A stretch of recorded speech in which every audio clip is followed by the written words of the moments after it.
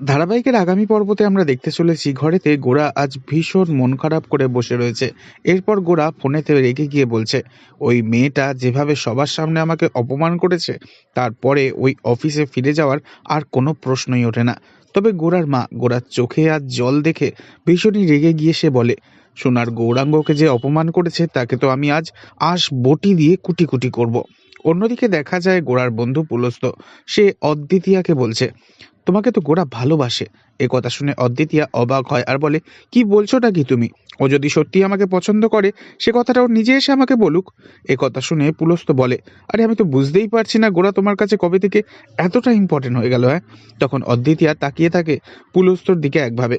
তবে কি সত্যি সত্যি অদ্বিতীয়ার মুখোমুখি হতেই গোরার মা অদ্বিতীয়াকে আঁশ বটি দিয়ে কুটি কুটি করবে, নাকি উল্টে ভালোবেসে কাছেতে টেনে নিতে বাধ্য হবে? নেক্সট আপডেট জানতে অবশ্যই সাবস্ক্রাইব করে রাখবেন। ধন্যবাদ।